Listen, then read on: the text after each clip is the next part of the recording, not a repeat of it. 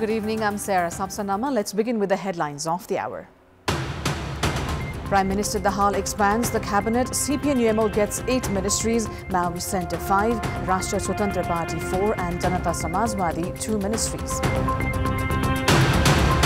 CPN Maoist Centre withdraws its support given to Gandaki, Lumbini and Sudur Paschim province governments. Nepali Congress exiting from Bagmati provincial government. US President Joe Biden and Donald Trump sweep the state primaries that were held on Super Tuesday, making a White House rematch between them even more likely. And 2 Champions League pre-quarterfinal second leg matches scheduled for early tomorrow morning after midnight tonight. Real Madrid to face Leipzig, City up against Copenhagen. Prime Minister Pushpa Kamal Dahal has expanded the cabinet after the ruling alliance parties reached an agreement regarding distribution of ministries earlier today.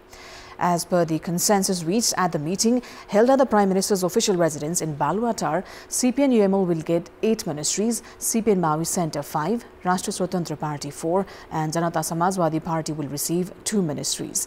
As per the agreement, Rashtra Swatantra Party has received the Ministry of Home Affairs, Ministry of Labour and Employment, Ministry of Youth and Sports as well as the Ministry of Education. Rashtra Swatantra Party chair will become the Deputy Prime Minister and Home Minister. Lamichhane was also the Deputy Prime Minister and Home Minister in the Pushpa Kamal Dahal-led government that was formed on December 25, 2022.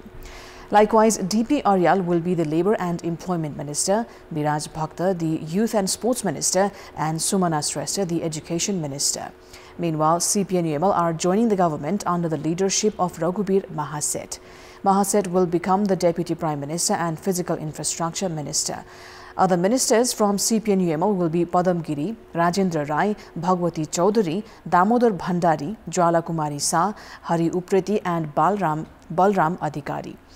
CPN Maoist Centre will get the Ministry of Finance and the Ministry of Foreign Affairs. Barsha Manpun will become the Finance Minister, while Naren Kaji Shrestha will get to hold the responsibility of the Foreign Affairs Ministry. Other ministers from Maoist Centre are Rekha Sharma, Heet Bahadur Tamang and Shakti Basnet. Prime Minister Dahal is making preparations to expand the cabinet this evening and the newly appointed ministers are scheduled to take the oath of office and secrecy in a short while as well. Nepali Congress, the largest party at the parliament, has begun legworks for different alliance as the ruling coalition is busy in distribution of ministries. Nepali Congress, that has felt betrayed by the Prime Minister, is doing legworks to join hands with parties that have yet to join the ruling alliance. Party's President Sher Bahadur Dewa has met with CPN Unified Socialist Chair Madhav Kumar Nepal to discuss on the political development. According to Congress leader Ramesh Lekhak, the meeting ended on a positive note. Earlier yesterday, Rashtriya Prajatantra Party Chair Rajendra Lingden had also met with Nepal. The CPN Unified Socialist Secretariat is to make a decision on the party's stance in the latest development. CPN Maoist Centre has withdrawn its support from the Gandaki province government. Chief Whip Kusum Budha informed that the parliamentary party meeting held today decided to withdraw its support lent to Chief Minister Surendra Raj Pandey. Parliamentary party leaders, including Hari Bahadur Chuman, had reached the Provincial Assembly Secretariat to inform of the party's decision. Prior to this, Chief Minister Pandey had sacked ministers from Maoist Centre, Sushila Sinkara and Ramesh Jugjali Magar.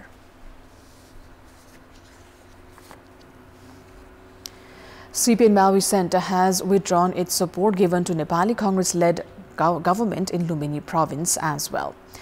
CPN Maoist Centre informed through a letter that today's meeting of the provincial party had decided to take back the support given to Lumbini Province Chief Minister Dilli Bahadur Chaudhary.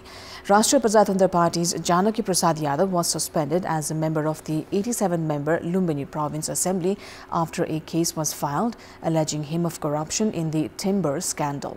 Along with the Speaker, there are now 86 members in the Provincial Assembly and the support of 44 members is required to form a government in Lumbini province. Out of the 4 parties that formed an alliance at the centre, Rashtriya Swatantra Party does not have any members in the province.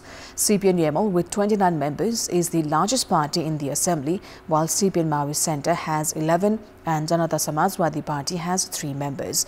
The 3 parties will account for 43 members, 1 short of the majority to form a government. There are a total of 10 parties in the provincial assembly. The second largest party in the assembly, Nepali Congress, has 27 members. Nagarik Unmukti has 4, Rashtriya Prajatantra Party has 3, barring the suspended member.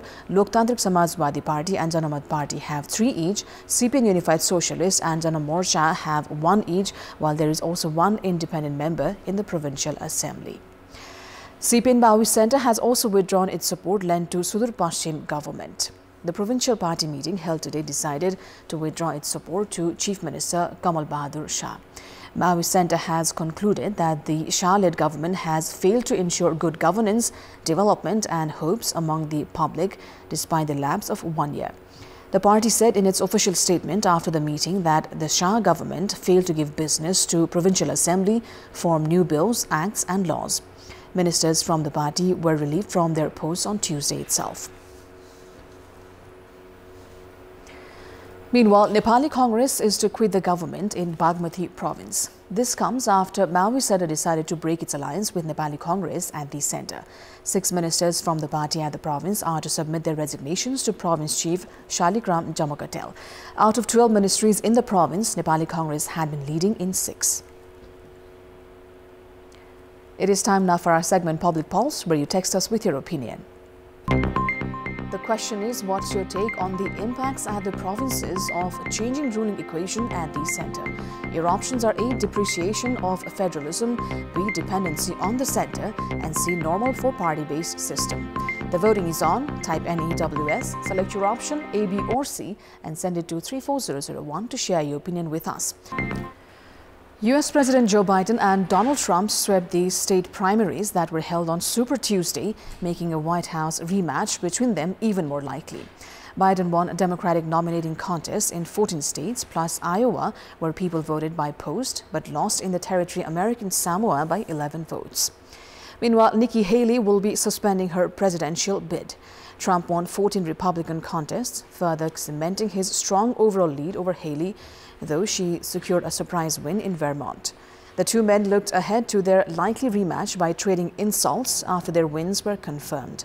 Trump said the U.S. would no longer have a country if his opponent won the election, while Biden accused him of being driven by grievance, not the good of Americans.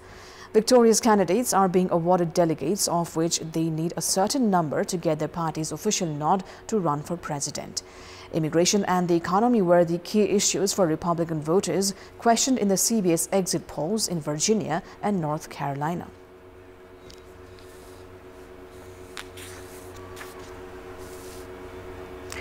Security forces were deployed and barricades erected in New Delhi yesterday as the capital braces for a nationwide protest by farmers. Indian farmers are planning to escalate their protests from today by entering New Delhi by bus and train and increasing their numbers at border points that are currently blocked by tractors.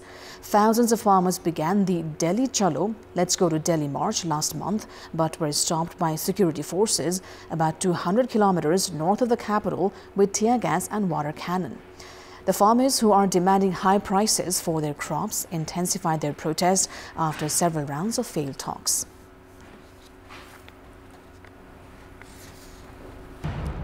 That is all for the moment. Live updates on the cabinet expansion and the oath-taking ceremony to follow. Thank you for watching. Bye for now.